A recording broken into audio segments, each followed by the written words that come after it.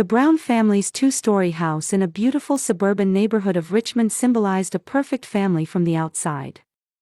With its red brick exterior, white window frames, well-maintained lawn, and colorful flower beds, neighbors considered it a picture-perfect home in every season.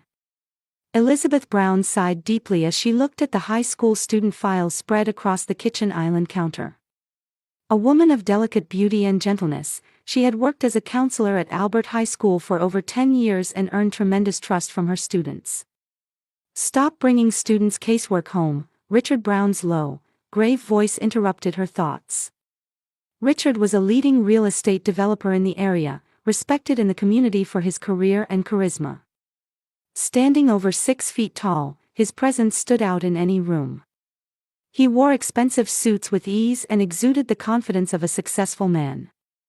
"I'm just preparing for tomorrow's meetings," Elizabeth answered with a smile.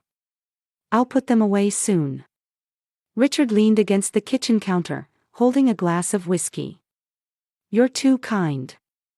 You sacrifice too much of your time for those troubled kids." Elizabeth said nothing. Richard never tried to understand why she cared so deeply for the students he called troubled. Can you imagine making $10,000 a month just from YouTube, all from home? That's exactly what I did with Reddit stories. No face, no voice. Check the link in the description if you're curious. "Where's Olivia?"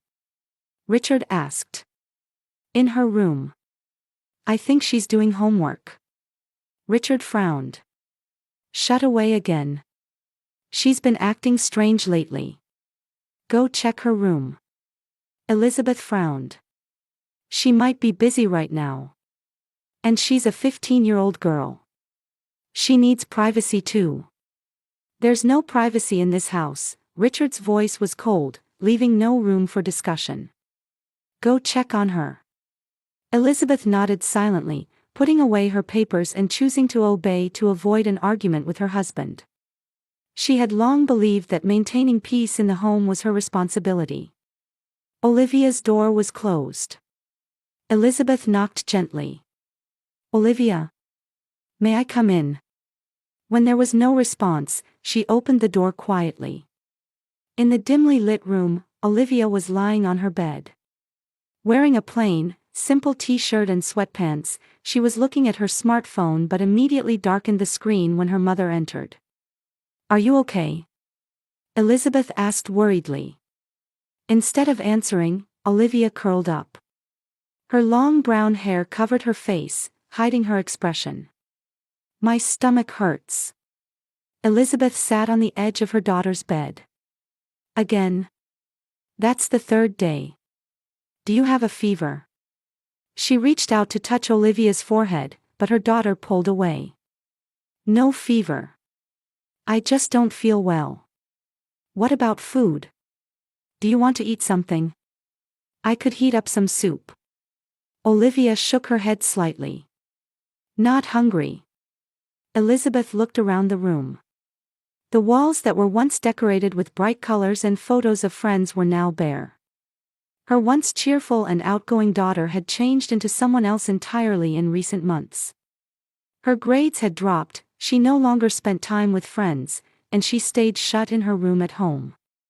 "How was your English test last week?" "Got a C," Olivia answered vaguely. "A C? You always got A's in English. What happened?" "Don't know. Just couldn't concentrate." Elizabeth felt Olivia's body tense as Richard's footsteps echoed in the hallway. He stood in the doorway with his arms crossed. "Saying she's sick again." Irritation seeped into his voice. Elizabeth looked up at Richard. "Her stomach hurts. It's been going on for days now."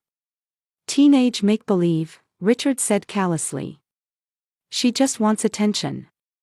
Don't use illness as an excuse for your falling grades."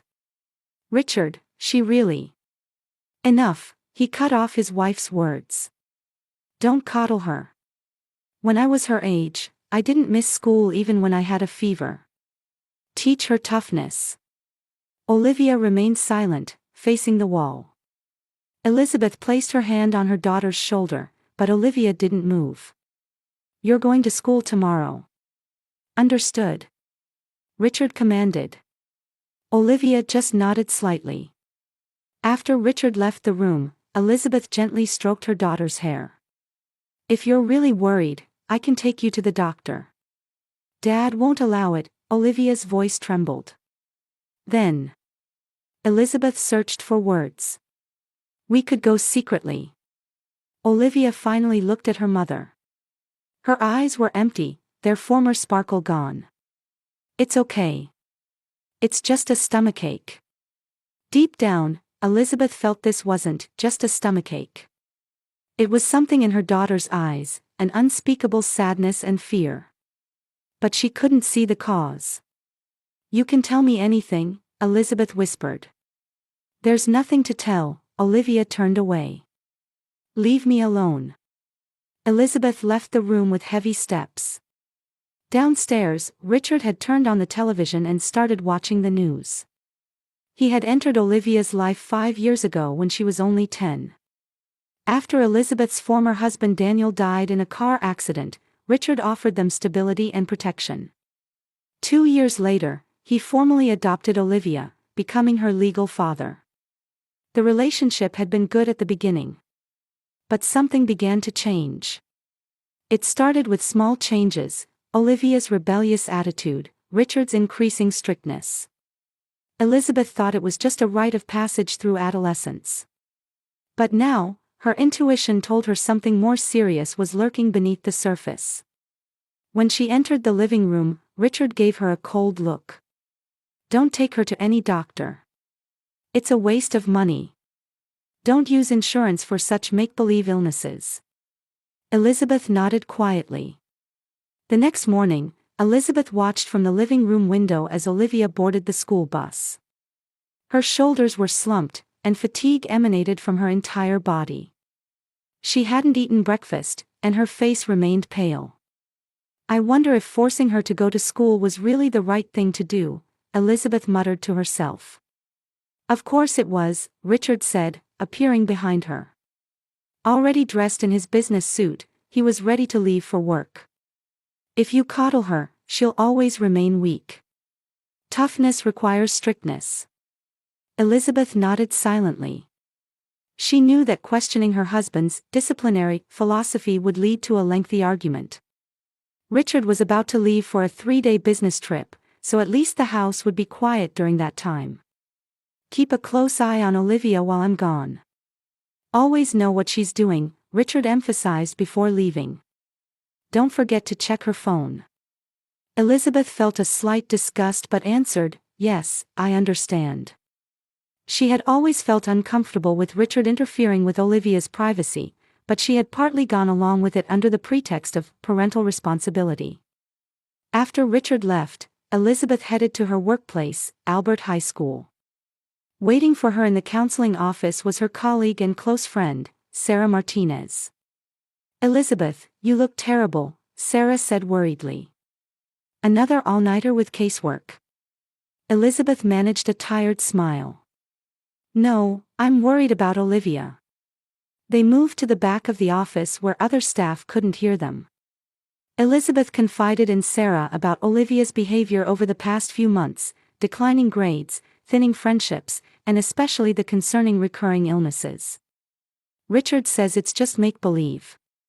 He won't even let me take her to a doctor. Sarah's expression darkened. What? That's strange. It's about her health. He calls it a waste of money. But I think Olivia is really sick. Nausea, stomach pain, loss of appetite, and more than anything, there's no light in her eyes. Sarah took Elizabeth's hands. Listen, Elizabeth. You've helped hundreds of children as a counselor. But it's strange that you can't help your own daughter now. A child's health comes first. You should act on your own judgment. Tears welled up in Elizabeth's eyes. Sarah's words expressed the voice deep within her own heart. Without Richard's permission. Elizabeth, Sarah said with a serious expression. Richard's away on a business trip, right? That's your best chance. Take Olivia to the hospital. As a mother, that's your right and duty. That afternoon, Elizabeth called Olivia's school and had her dismissed early, citing illness. Mom? What's going on? Olivia looked surprised to see Elizabeth waiting at the school's main entrance. We're going to the doctor, Elizabeth said with determination. Olivia anxiously looked around. But Dad. Dad's on a business trip. And your health comes first. Something flickered in Olivia's eyes for a moment, but quickly disappeared. She nodded silently and got into her mother's car. Elizabeth drove not to the local hospital but to St. Joseph Medical Center in the next town. She wanted to avoid the risk of being seen by Richard's acquaintances. Her hands trembled slightly as she presented her insurance card at the reception. Miss Brown, what are your symptoms? Dr. Nancy Chen, a young female physician, asked Olivia kindly. Olivia looked at her mother. Mom. I'd like to talk to the doctor alone. Elizabeth flinched momentarily. Pain that her daughter was trying to exclude her and anxiety that there was something she couldn't say squeezed her heart. However, she understood the importance of respecting her daughter's wishes. Of course, Elizabeth smiled. I'll wait outside. Alone in the waiting room, Elizabeth couldn't calm her racing heart. Various possibilities crossed her mind about what Olivia might be telling the doctor and why she couldn't speak in front of her mother. Drugs? Alcohol? Or, she tried to push away the frightening possibilities that came to mind. 45 minutes later, the examination room door opened. Dr. Nancy's expression was stern, and Olivia's eyes were red as if she had been crying. Mrs. Brown, Dr. Nancy addressed Elizabeth. I need to speak with you. Your daughter needs some tests. I'd like to conduct several tests today, if that's all right with you. Elizabeth couldn't hide her distress. Tests? What kind of tests? Blood tests and... The doctor paused a moment as if choosing her words. An ultrasound. Ultrasound? An ominous feeling spread through Elizabeth's chest. Is it something serious? Dr. Nancy maintained her professional expression. I can't say anything until we see the test results. We'll have the results by tomorrow. Could you come back tomorrow evening? Elizabeth looked at Olivia. Her daughter was staring at the floor, silently crying. Of course, Elizabeth answered. Whatever my daughter needs. A heavy silence hung between them in the car on the way home after the tests. Elizabeth tried to speak several times but couldn't find the words. Mom, Olivia suddenly spoke. Her voice was trembling. I'm scared. Elizabeth pulled the car to the shoulder for a moment. Then she hugged her daughter tightly. It's all right, Olivia. Whatever happens, I'm here for you. We'll get through this together. Olivia sobbed in her mother's arms. As Elizabeth rubbed her daughter's back, she mentally prepared herself for whatever truth would be revealed tomorrow. She was determined to be strong for her daughter, no matter how painful the truth might be. When they returned home, Olivia immediately shut herself in her room. As Elizabeth prepared dinner, she thought about how they needed to go to the hospital and return before Richard came back tomorrow.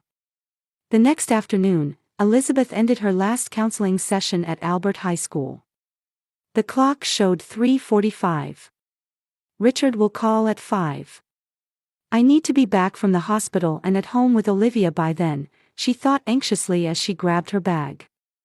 Elizabeth, Sarah stopped her. Are you okay? Elizabeth exhaled shallowly. I don't know. But we're about to find out the truth. Whatever happens, I'm here for you, Sarah embraced her shoulder. Call if you need anything. I'll come right away. Elizabeth nodded gratefully. Then she hurried to the parking lot. At the school's main entrance, she saw Olivia already waiting. She looked even paler than yesterday, her shoulders slumped. Once in the car, Olivia stared silently out the window. Elizabeth wanted to say something but couldn't find the right words. Instead, she quietly started the car. When they arrived at the St. Joseph Medical Center parking lot, Elizabeth could hear Olivia's breathing grow ragged. She parked the car and turned off the engine. But neither of them moved to get out. "Olivia," Elizabeth turned quietly toward her daughter. "I don't know what's happening. But I promise you one thing. No matter what, I love you and I'll protect you. We'll get through this together."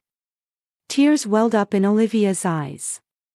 She opened her mouth to say something, but no words came out. Instead, she just nodded slightly. Inside the hospital was bright white, with the smell of disinfectant in the air. After checking in, they were escorted to Dr. Nancy Chen's office.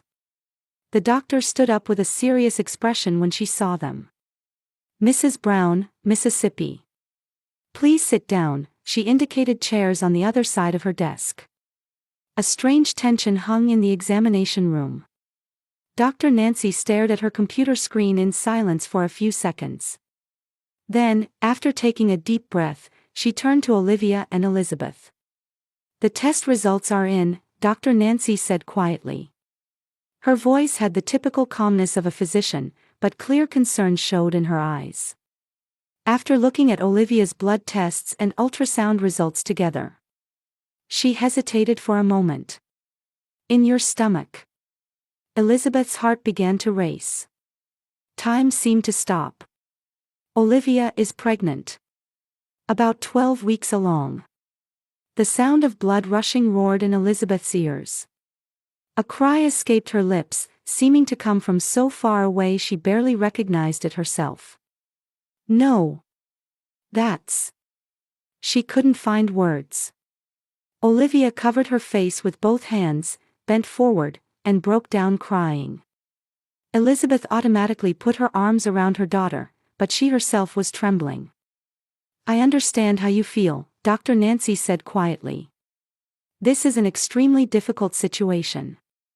Olivia is only 15. In Elizabeth's mind, countless questions whirled. How? When? And the most terrifying question, who? Who? Elizabeth forced out from the back of her throat. "Who did this to you?" Olivia couldn't answer, just kept crying.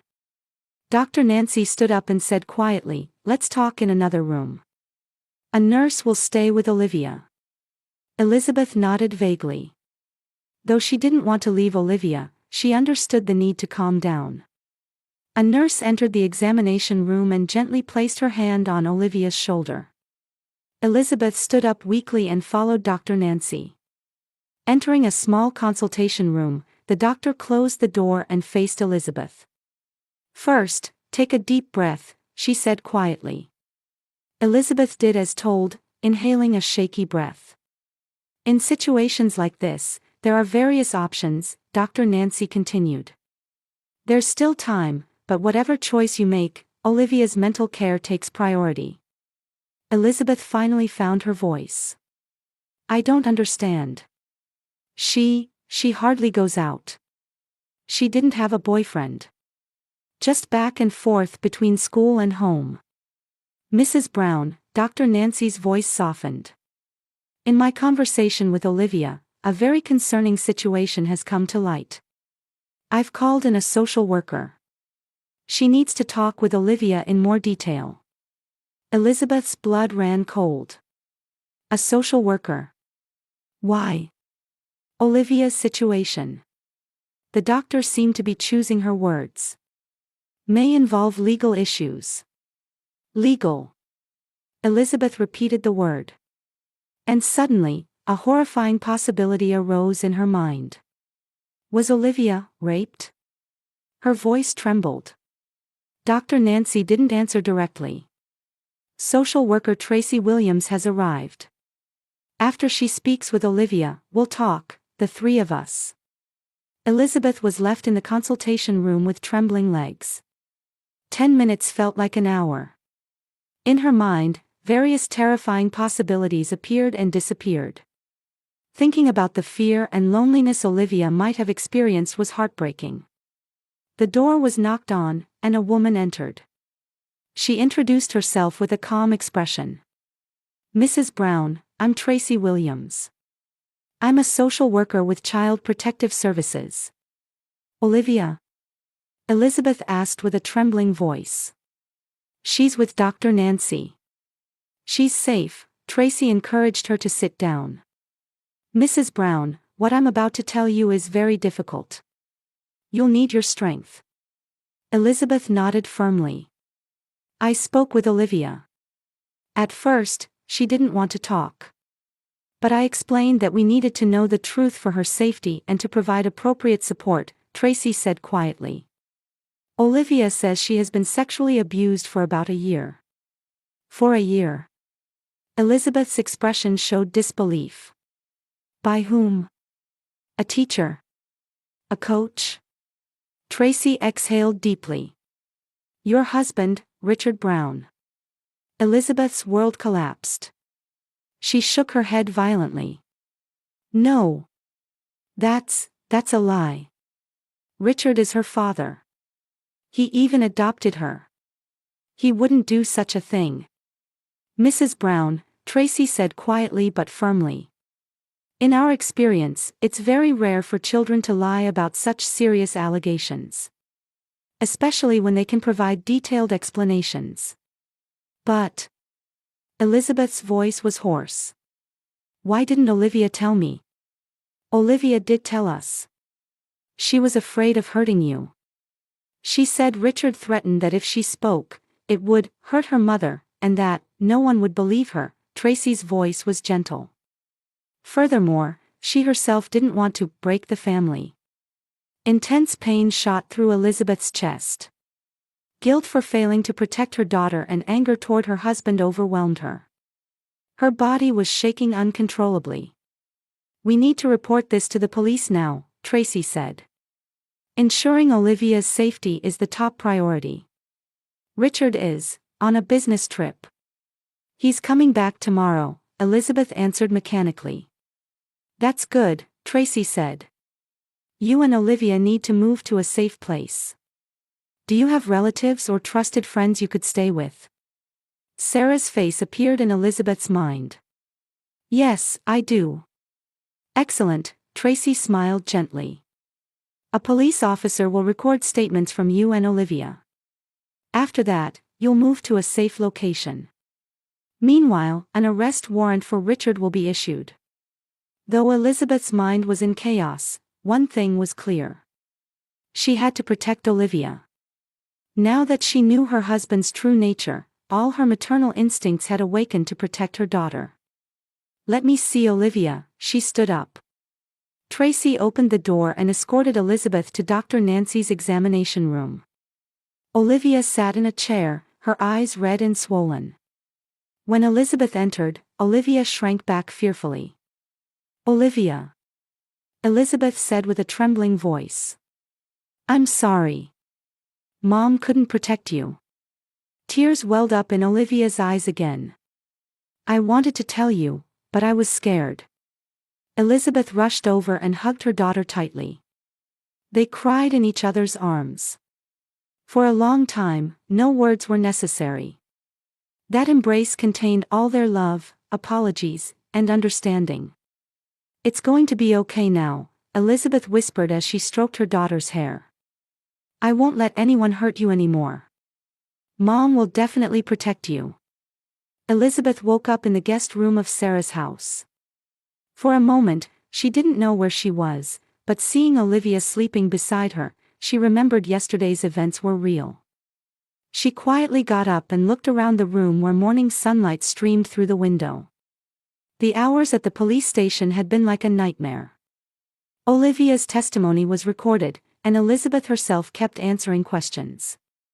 About the details of life with Richard, changes in Olivia's behavior, and the signs she had missed, or refused to notice. I should have seen it, Elizabeth whispered to herself. Why didn't I notice? Don't blame yourself. Turning around, she saw Sarah standing in the doorway. She approached with 2 coffee cups. Thanks for being up so early, Elizabeth said as she accepted a cup. Did you sleep? Sarah asked gently. Elizabeth shook her head. Just fragments. But Olivia seemed exhausted. She's sleeping soundly. Sarah sat on the edge of the bed. The police called. Richard was arrested in Chicago, where he was on his business trip, this morning. Elizabeth took a deep breath. I'll tell Olivia later. She still needs rest. Sarah's expression clouded. There's one more thing. When the police searched Richard's belongings, they found inappropriate photos of Olivia on his mobile phone. The blood drained from Elizabeth's face. Her hands shook, nearly dropping the coffee cup. Those photos, when were they taken? The police didn't give details, but apparently they span quite a long period, Sarah answered quietly. A long silence followed. In Elizabeth's heart, a flame of anger was growing. Her affection for Richard had transformed into guilt for not protecting her daughter and intense hatred toward him. Why didn't I notice? Elizabeth asked herself again. I'm a counselor. I deal with children's problems every day. Families of victims often don't notice until the end, Sarah answered. Especially when the perpetrator is respected and trusted. Richard was a role model in the community. No one suspected. That afternoon, Detective Carter visited Sarah's house. A middle-aged black man with a calm but firm demeanor. Mrs. Brown, he addressed Elizabeth. The interrogation of suspect Richard Brown has begun. He is currently denying all charges. Elizabeth couldn't contain her anger. Despite the evidence. Despite Olivia's testimony and the photos. This is a normal response, Detective Carter explained calmly. However, the evidence is very strong. DNA testing will also be conducted. Olivia came downstairs. She seemed tense seeing the detective but sat next to Elizabeth. Dad. Richard? Olivia asked in a small voice. He's been arrested, Elizabeth took her daughter's hand. He can't hurt you anymore. Detective Carter smiled kindly at Olivia. Miss Olivia, you are very brave. It took great courage to tell the truth. Thanks to you, justice will prevail. Olivia raised her face slightly. In her eyes, a light that hadn't been seen for a long time began to return. Have you learned anything about Richard's motives from the interrogation? Elizabeth asked in a trembling voice. Detective Carter took a deep breath. It's still early, but his behavior pattern shows typical characteristics of a controller. He seems to have used his position as a stepfather to satisfy his sense of ownership and desire to control Olivia. The detective continued, also, initial interviews with a psychologist suggest that the suspect had strong jealousy toward Olivia's biological father. It's possible that as Olivia entered puberty and began to resemble her real father, it triggered him. Elizabeth couldn't stop trembling. She was beginning to understand what kind of man she had chosen and trusted. Richard's controlling attitude, excessive interference with Olivia, unnecessary criticism of her former husband, everything now appeared in a new light. What do we do now? Elizabeth said as if telling herself. As next steps, Detective Carter explained in a practical tone, I recommend applying for a protection order and starting divorce proceedings. It's also important for you and Olivia to receive professional counseling. Elizabeth looked at Olivia. About the pregnancy. Tears welled up in Olivia's eyes again. Detective Carter quietly stood up, saying, I'll step out for a moment, and left the room with Sarah. When mother and daughter were alone, Elizabeth took both of Olivia's hands. Whatever choice you make, I'm on your side. Remember that. Olivia answered through tears, I don't want to have the baby. Every day. I would remember. Elizabeth hugged her daughter tightly. I understand. I respect your choice. That night, after Olivia had fallen asleep, Elizabeth sat across from Sarah in the kitchen. I can't go back to the house, Elizabeth said quietly. There, everything reminds me of Richard. You can stay here for a while, Sarah held her friend's hand. Until you take your next step. Determination shone in Elizabeth's eyes. Olivia and I need a fresh start. It will take time for her wounds to heal. But we'll get through this together. Sarah nodded. You're a strong mother, Elizabeth. There will be many difficult things ahead. The trial will be painful too. But you and Olivia will surely build a new life. On a cold February morning, Elizabeth and Olivia climbed the courthouse steps. Today was Richard Brown's final sentencing day. Ready? Elizabeth asked, holding her daughter's hand. Olivia nodded. Since that day 4 months ago, she had gradually changed. She had received professional counseling, participated in support groups, and above all, the new bond built with her mother had supported her. Inside the courtroom, all was quiet. When Richard was brought to the defendant's seat, Elizabeth saw him for the first time in months. The husband who had once been full of dignity and confidence was gone. Instead, there was a man with a haggard face and empty eyes. Richard had initially denied all charges. However, Olivia's DNA test confirmed his paternity, and the photos and messages discovered on his phone were irrefutable evidence. After the preliminary hearing, he eventually agreed to a plea deal. Still, Olivia chose to testify in court. She wanted to give courage to other children in similar situations by sharing her experience. Defendant, Richard James Brown, Judge Margaret Saunders said in a solemn voice. You have pleaded guilty to sexual abuse of a minor, possession of child pornography, and incest. The judge looked sternly at Richard. This is an extremely despicable crime that has inflicted permanent wounds on the victim's life.